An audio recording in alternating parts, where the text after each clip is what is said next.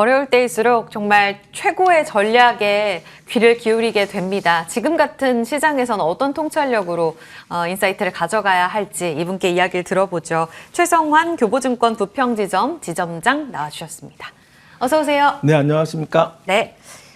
오늘 시장 분위기에 딱 진짜 최고의 전략이 무엇일까? 너무 간절하고 힘든 이런 시장 분위기를 겪고 있는 투자자분들이 많으십니다. 환율부터 질문 드려야 될 것 같아요, 지점장님. 오늘 1,470원 뚫었습니다. 자금 이탈만 걱정하면 되는 건가 싶었는데요. 자금이 많이 빠져나가지도 않는데 지수는 전혀 오르지 못하고 지금 어떻게 해야 될까요? 네, 어제 해외 주식 하시는 분들이 환율을 이렇게 환전하다가 깜짝 놀라시더라고요. 어제 1,470원이라고 그러니까 갑자기 주춤하시는 것 같았습니다. 워낙 이제 환율이 높다 보니까. 그래서 전체적으로 환율에 대한 영향이 지금 뭐 해외 주식에 대한 투자도 좀 영향을 줄 수 있다고 좀 그렇죠. 보고 있고요. 네. 그리고 지금 위안화나 엔화도 다 지금 달러 대비 약세이기 때문에 뭐 물론 한국만 약세는 아닙니다. 전체적으로 달러가 강세 기조이기 때문에 전체적으로 그 기조는 지금 당분간은 뭐 유지가 될 것으로 보여지고요. 재미있는 거는 올해 지금 외국인의 그 투자에 대한 부분들을 좀 살펴보니까 올해 연간으로 보니까 코스피에서 외국인은 1조 5천억을 샀어요.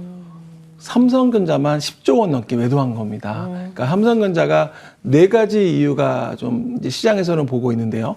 첫 번째는 HBM 쪽이 약간 약했고, 그리고 반도체 시장도 안 좋았고, 실적도 안 좋았고, 그리고 마지막으로는 이제 전체적으로 이제 그 삼성전자에 대해서 뭐 중국 업체들이 그러니까 해외 쪽에서 많이 따라오는 부분들, 그러니까 경쟁에 대한 심화 이런 부분들이 영향을 주었다고 본다면 전체적으로 올해 시장을 놓고 보면 반면에 외국인들이 샀던 종목들은 현대차, 뭐 SK 하이닉스, 뭐 삼성 바이오로직스는 또 샀거든요. 그래서 뭐 재밌는 거는 게임주인 크래프톤도 매수를 했습니다. 그래서 약간은 시장은 되게 정체되어 있었습니다만은 그 안에서 종목들이 좀 차별화되게 움직인 올해가 되었고, 특히 제약바이오에서 알테오제 같은 회사들이 올해 상당히 주가 퍼포먼스가 굉장히 좋았습니다. 그래서 그런 걸 본다면 뭐 내년 시장도 좀 비슷하지 않을까. 그러니까 지수는 조금 대외적인 변수라든지 여러 가지 때문에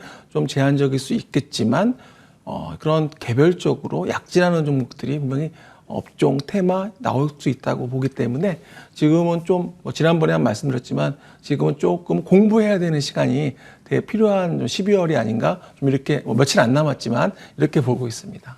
아까 말씀하실 때 서학개미들, 그러니까 국장을 이탈한 이런 투자자분들이 정말 많다고 들었잖아요. 그런데 지금 해외 투자도 워낙 원달러 환율이 너무 올라가다 보니까 부담되는 구간이다라는 말씀을 아까 하셨거든요. 그럼 자금이 다시 또 돌아올 가능성도 충분히 열려 있을까요? 개인 투자자들 입장에서 본다면 미증시가 지금 뭐 최근에 산타랠리를 좀 보였잖아요. 뭐 오늘 약간 혼조세로 마감을 했지만, 그러니까 미국 시장이 고점을 찍었다라는 그런 인식이 확연히 나오기 전까지는 미국 시장에서 굳이 나올 생각은 없을 것 같아요. 그러니까 현재 워낙 글로벌 증시에서 한국이 오래 소외되어 왔고, 네. 한국이 그러다 보니까 밸류에이션 측면에서 저평가되고 싸다라는 인식만 가지고 돌아오기에는 아직은 약간 성장 모멘텀이나 그런 걸 좀 확인해야 될 것으로 좀 보여집니다. 어렵네요.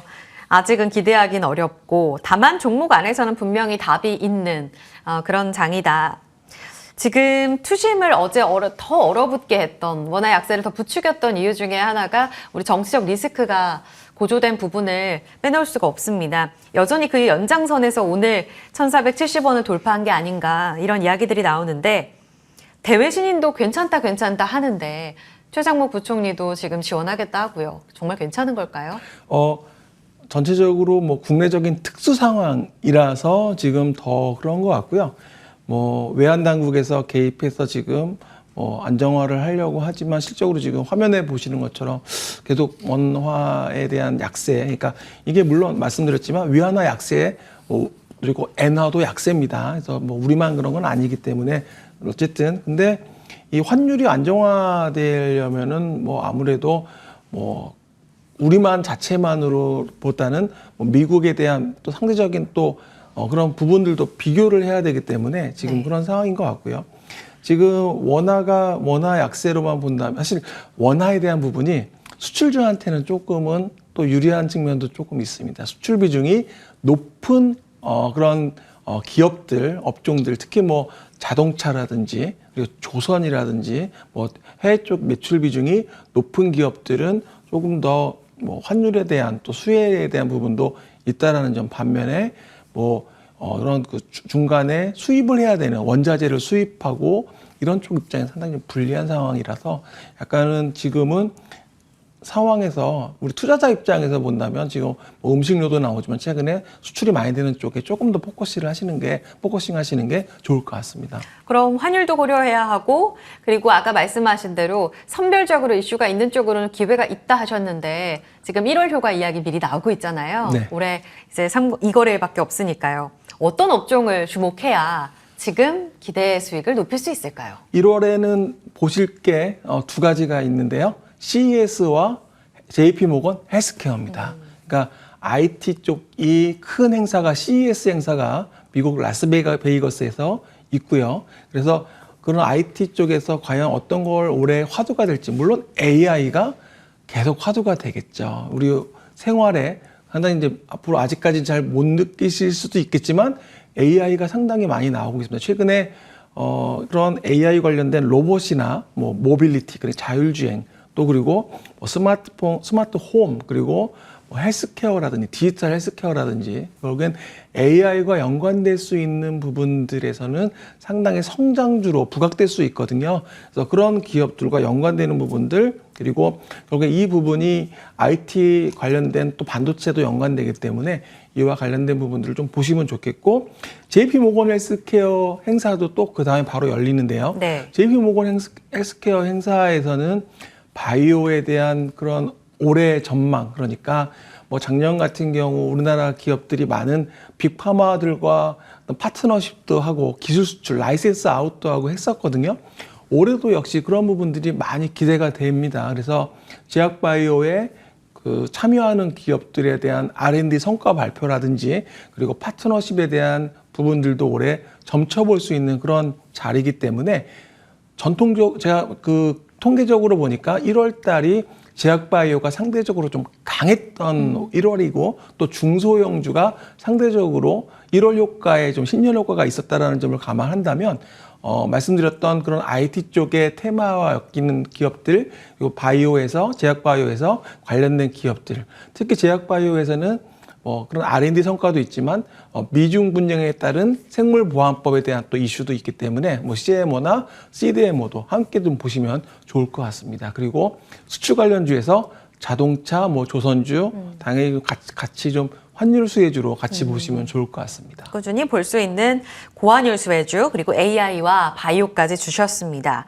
1월 효과 극대화로 종목 추려볼게요. 그리고 수급 이슈도 있습니다. 대주주 양도세 회피 물량 어제 개인 매도세가 쏟아진 게 이 때문이다. 이런 이야기들 많이 있는데요. 이렇게 대규모 자금이 빠져나간 이후에 꼭 수급은 그 다음 주도주를 찾아 또 이동하기 마련이죠. 네. 어떻게 될까요? 대주주 조건이 이제 10억에서 50억 원으로 이제 상향되면서 좀 완화되면서 전체적으로 올해 그런 개인들의 대규모 매도가 안 나왔습니다. 그래서 전체적으로 본다면 그런 그 변동성이 좀 축소됐다라고 보고 있고요. 그리고 이제 결국에는 1월 달로 연결될 수 있는 부분들이 있는데 지금 그 오늘도 배당 그런 기준 주가가 나와야 되는데 보니까 이게 밸류업 지수하고 같이 연관되면서 내년에 주주총회 관련돼서 이연되는 그런 흐름이 또 있어서 많아요. 그래서 내년에는 이런 성장주와 중소형주의 1월 달에 또 그런 대주주 양도세 회피가 이제 약간의 완화됐다는 점에서 보시면 좋을 것 같습니다. 마지막 질문 드리겠습니다. 올해 마지막 금요일이에요. 오늘이. 내년 증시의 추가 변수들 어떻게 점검하세요?